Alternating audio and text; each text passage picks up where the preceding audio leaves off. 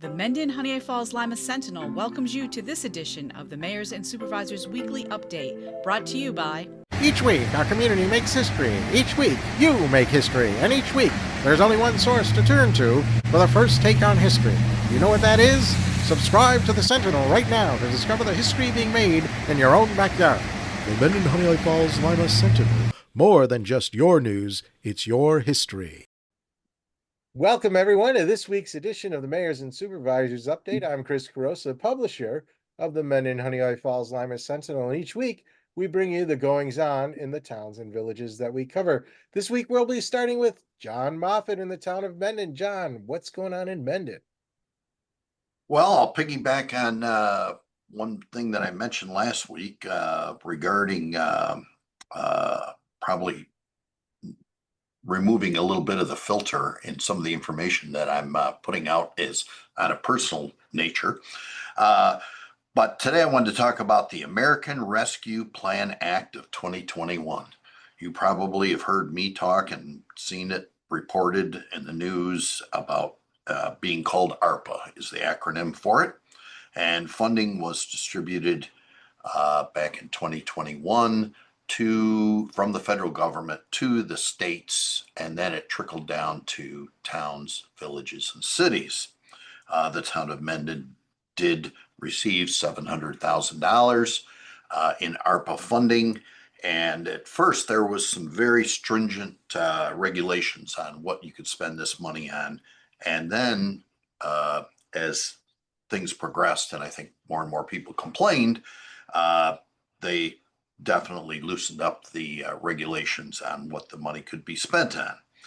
And, it was all because of COVID, and the federal government was looking to influx money into the system so that they could keep the economy rolling. I guess I'll leave it at that, that I may have a slightly different opinion about that. But by the time this funding actually got to us and we were able to, decide what the funding was going to be spent on due to the regulations and, for a lot of these projects, engineers, architects had to be hired. This money didn't get in circulation anytime soon. As a matter of fact, we recently received some funding from the county, from their ARPA money that we're getting into circulation. So this took a while, and we did benefit from the ARPA money locally because, quite frankly, we probably wouldn't have a spray park today if it wasn't for that ARPA money. And I think the spray park has turned out to be a big success in town. However, it has, in my opinion, created inflation throughout everyone's economy, throughout the entire United States, in my opinion. And, contractors, engineers, architects have been extremely hard to hire because of all this money that went into the system, and everybody needed to spend it by a certain amount of time, and most of the time it was on fairly capital projects. So that's my opinion editorial for today, Chris. Second thing I want to mention is that Summer Rec is ending today, August 8th. Hugely successful, 96 participants in Summer Rec. That's in the town of Mendon, outside the village of Honeoye Falls. We do provide funding for those children involved, and that amounted to $24,567 for those 93 children. Now, obviously, the families of those children had to pay a majority of the funding for the Summer Rec, but it's been a great program. This goes back a number of years when Michelle Cavanaugh was the superintendent at the school, and Pete Endell was the supervisor in Lima. And we sat down and came up with this. And as I mentioned, I think a couple of weeks ago, today we would not be able to operate a summer rec program. The town of Mendon would not. There's just too many regulations, too many I's to dot and T's to cross in today's day and age. And so I really want to thank the other municipalities, the school district, Kim Roberts, who heads up community programs, for having this program, because I think it's very important for the youth in our community. Thank you. All right. Thanks, John. Thanks for that update. And thanks also for that Econ 101 lesson of the law of supply and demand. All Well, right. I was very disappointed to see in the Sentinel. I'm going to add one more thing. I was very disappointed to see in the Sentinel this week the passing of Ray McKeag, who I had as a teacher in two different grade levels when I was in school, and Ray was really a nice guy and did a lot for the community throughout his church affiliation as well as his school affiliation. And when I do the budget this year, I will be really thinking of Ray because of he was a math teacher. Mm-hmm. All right, excellent. Thanks, John. Well, Rick couldn't be here today, so he sent me this to read. This is from Rick Milne, Mayor of Honeoye Falls, and it starts with the festival at the Falls on August 16th. That's Saturday, a week from this Saturday, or a week from Saturday, depending when you see it. This will be a fun event taking place on West Main Street between the Four Corners and Norton Street. Many vendors, music, and food for a fun day of summer celebration. Please remember that there will be a detour posted and there will be no through traffic on West Main Street in this area. The U.S. Post Office will also have limited accessibility on this day with no drive-up traffic. All use of the post office will be walk-up only. Lastly, anyone parking on West Main Street on Friday evening, that's August 15th, will need to have their vehicles moved by 5 a.m. on Saturday, August 16th, or they will be towed. West Main Street will be closed by 6 a.m. on that morning. The project at Harry Allen Park is moving along well.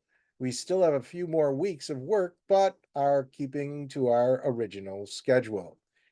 Harry Allen Park gazebo memorial bricks, quite a few people have come to the village hall to pick up their bricks.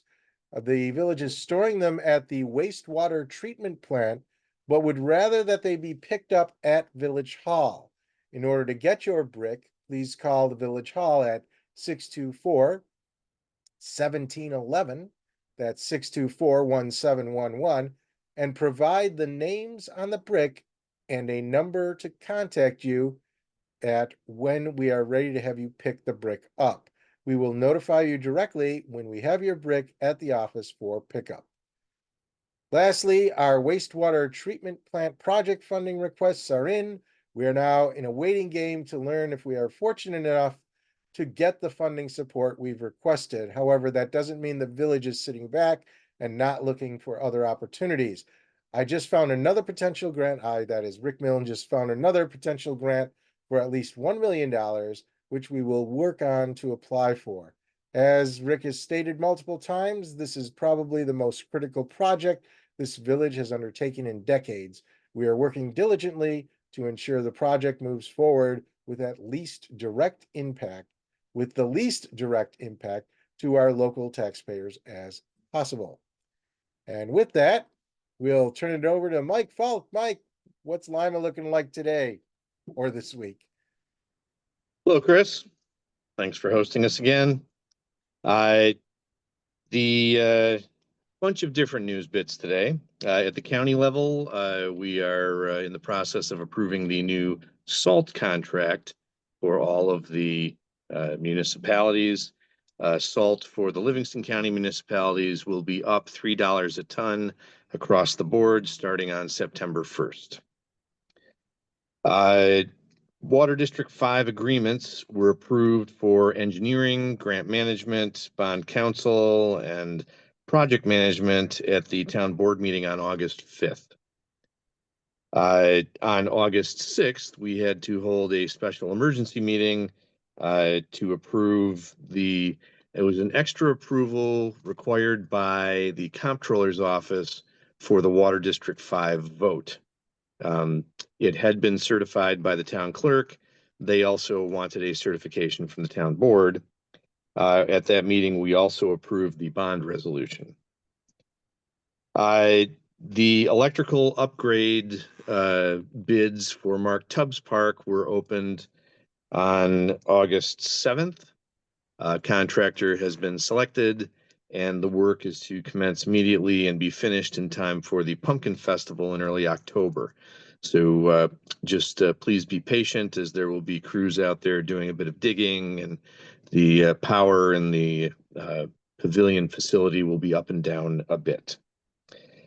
In the town hall here, piping removal is going on from the old boiler system.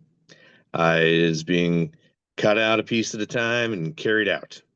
The radiators will follow. The boiler is half disassembled, and so the die is cast, and the new system will have to be up and functioning by November, or we will be very cold. The Crossroads Festival was a huge success. Thank you to our sponsors, our volunteers, and everyone who attended the festival.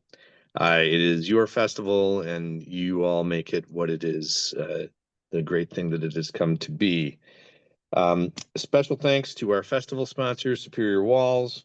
If you are building, you can cut your construction time down significantly with their precast wall solutions. Not just basements, but entire buildings can be done, just like the Lima ambulance facility. That's all Superior Walls right up to the rafters. Stop in and see Superior Walls today. And that's all I've got, Chris. All right. Thanks, Mike. John, anything more? You're set. Okay. You're also muted, but that's all right. Hey, thank you guys for being here. And thank you all for watching. Remember, this show appears every Sunday at 1 p.m. on our Facebook page and YouTube channel. Like the page or subscribe to the channel, and those platforms will notify you when the broadcast begins. Otherwise, you could read it in next week's Sentinel. The transcript appears usually on page 9, but sometimes on different pages if we go with a longer edition. That's all we have for now. Thank you. We'll see you all next week. Bye-bye for now.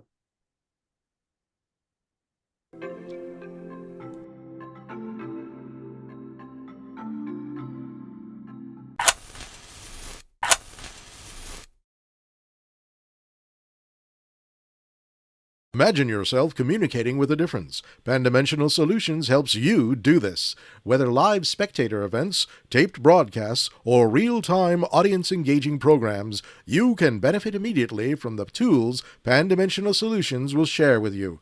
Do you want to make a difference? Contact us at pandimensional.com.